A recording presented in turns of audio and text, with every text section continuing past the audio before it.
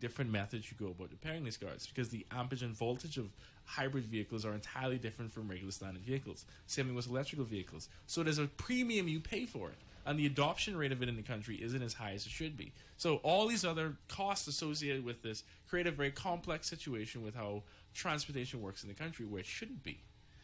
Let's take this call. Good morning, caller. You're on the air.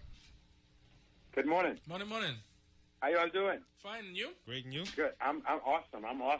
Amos Junior Miller here. Ah. As we're gonna have a lot of conversations over in the next 3 years about buying things.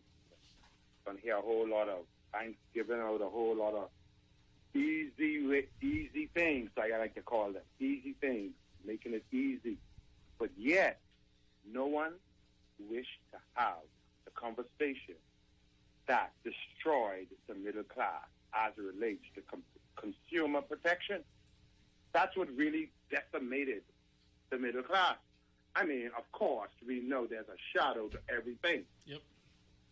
You see, at the end of in my humble submission relative to better quality of life for the Bahamian people, the older among us have to be honest.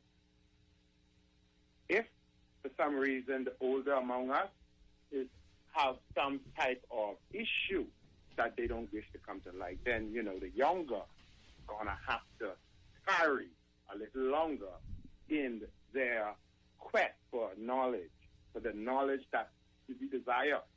You see, today we have many Bahamian people light off. The light bill, no one can control it as relates to those of us who have to pay it. On a Saturday morning when we're supposed to be having a happy Saturday, our lights are off for at least about 7-8 hours.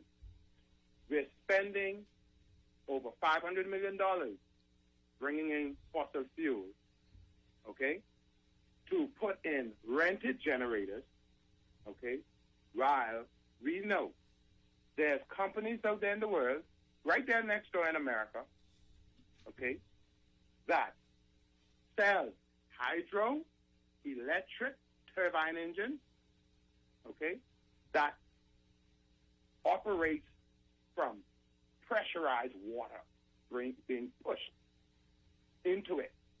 And it spins the engine, and guess what happens? On the other end, it lets out electricity. It will cost the Bahamian people, let's just say, the 39 islands, to power 39 islands. It will cost us less than $1 billion. And we have spent, in the next 3 years, $2.5 billion.